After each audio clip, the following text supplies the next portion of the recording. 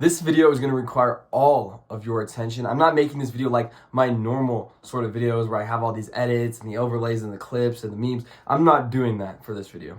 This video is going to require all of your attention, and I want you to make a commitment to this video.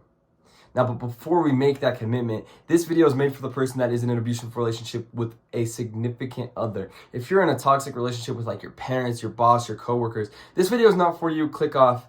I will maybe make a video addressing those issues in the future, but as of now, this video is not for you. I don't want to give you the wrong advice, so go ahead and click off.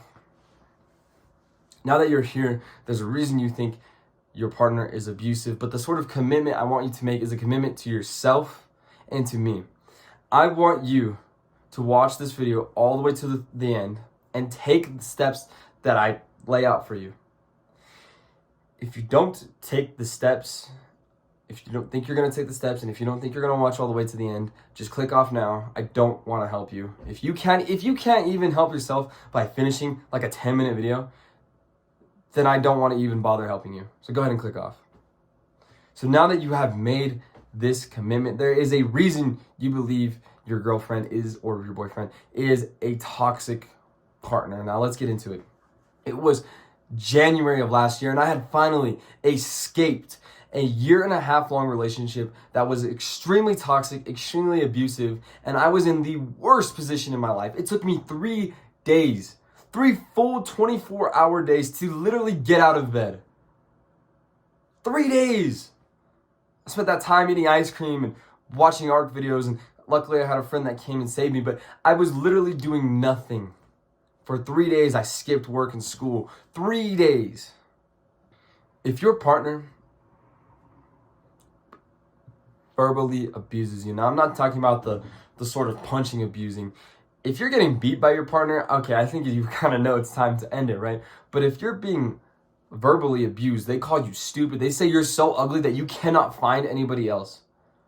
That they would be the only one that would accept you because you're just that ugly. You're that terrible of a person. If they keep you on a short, controlled leash, you can't work these jobs. I want you to quit this job. I don't want you hanging out with anybody that's the opposite gender. I don't like these friends.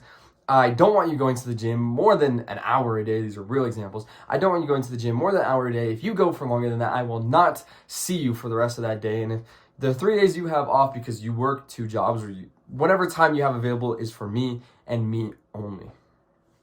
Now, of course, they probably don't say it like that, but if that's how you feel, if you can relate to that, you're in an abusive relationship.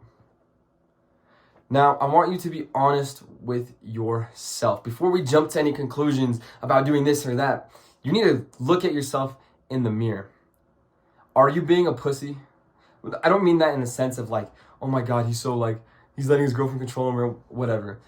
Are you being a pussy? Look in the mirror and say, any of these things that are happening to you, are they your fault? Did you really go out and cheat on her? When she accuses you of cheating, did you actually go out and cheat on her? Do you hang out with people that like shoot up crack and like do drugs? You know, I'm obviously using extreme examples, but you get the point. You need to self-analyze the situation. If you find out that it's your fault that all these things are happening, like she's actually right, step your ego aside and she's actually right, you need to make up to her. You need to make it up to her. You need to be 100% honest and apologize for what you've done wrong and actually make a change. But in order to have this self-analysis, I want you to, like I said, look in the mirror, but view it from somebody who is just observing the relationship. So picture that you're just like it's your friend. Your friend's in this relationship with your girlfriend, and they have all the same issues, all the same problems, and you know all of it. What advice would you give to your friend? That's how I need you to talk to yourself. Do it by yourself, for yourself. Because you're the only one that really knows how the relationship works. You're the only one that really understands everything that goes on in said relationship. Nobody sees the full picture except for you.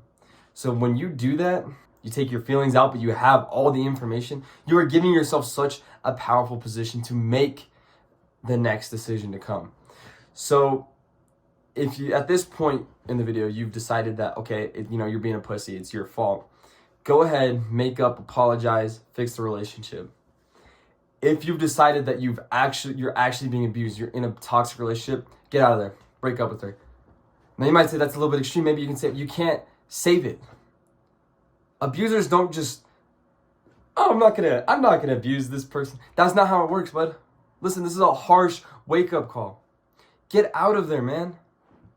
Now, I know it's a little harder if you're like already married and stuff like that. This video again is more, it's made more for the young men that aren't married yet, that are in a committed relationship.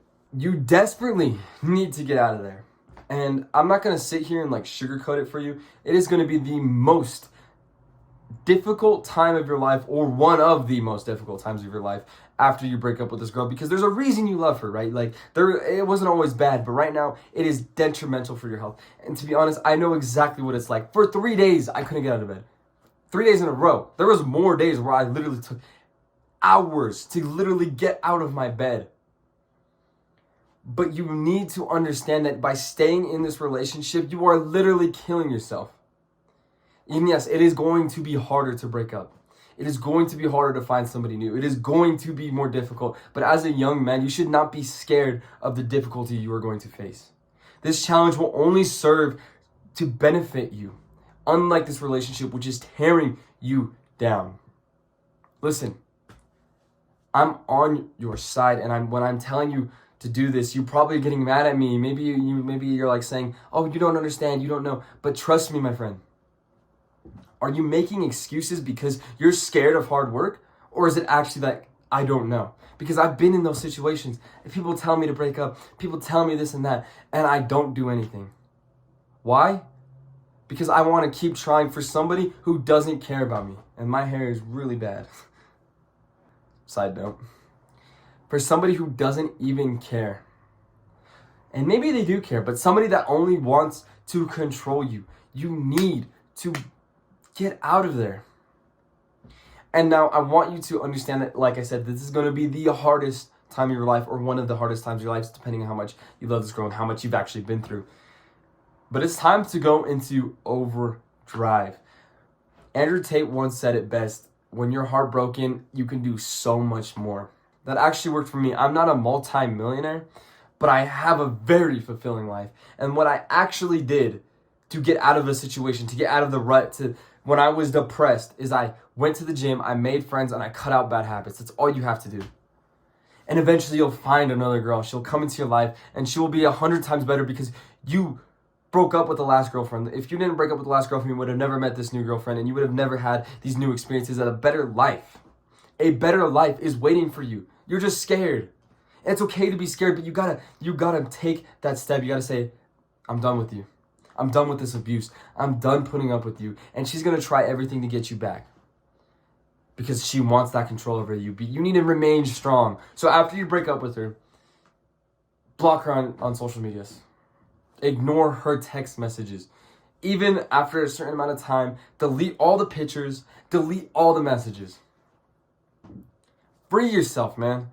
You are not built into this world. You were not made in your mother to become a slave. And like I said, it is going to be a difficult journey. Listen,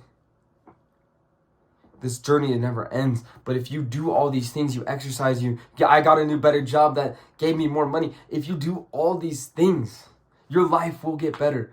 And you can use the heartbreak as fuel. It will be hard to get up a lot of these days.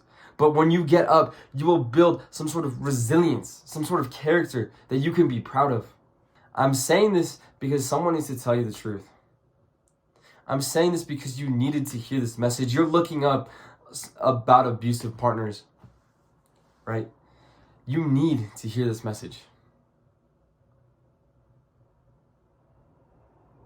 And if you do the right thing, if you make the right steps, maybe you fix things, or maybe you actually end up leaving. I'm proud. You have proven me right. You have proven yourself right. And it's okay for you to be mad at me. It's so okay for you to be mad at me right now. But in 6 months, if you've listened to what I said, maybe you'll still miss her occasionally, but you will be so much happier. So much better off. So remember, you are not choosing the easy route. Life isn't about choosing the easiest path. Normally at this point, I'd say like never quit. But that'd be kind of contradictory. I'm literally telling you to quit this relationship. So I hope I've reached you. I hope this video has been helpful for you.